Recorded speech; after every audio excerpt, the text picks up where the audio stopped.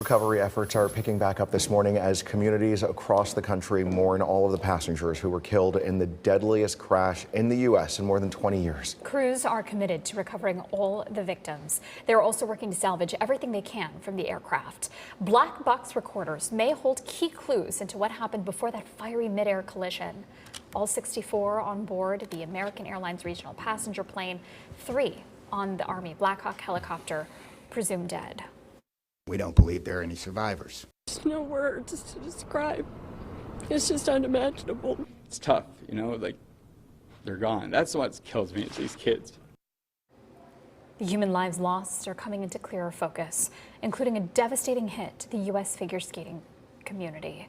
We also now know one of the 2 pilots on the American Airlines flight has ties to Central Florida. Captain Jonathan Campos called Volusia County home, and West 2's Bob Hazen is live at Embry-Riddle Aeronautical University in Daytona Beach, where he was a student. Bob.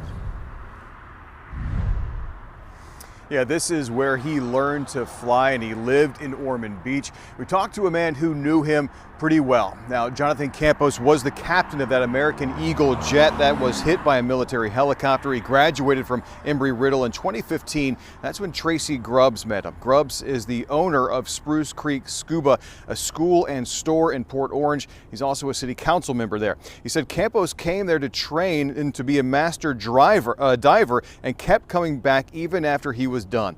Grubbs said that he flew with Campos a few times and that he was a great person and very conscientious. They always go to strive to be the best. He was one of the best. Hearing what happened, it's mind-blowing. I grieve for all the people and the condolences to all the families, but the pilot of that plane, he was good. We also learned that Campos trained at Epic Flight Academy in New Smyrna Beach. It sent us a statement saying, quote, Jonathan earned his certified flight instructor rating with us and served as a valued flight instructor here.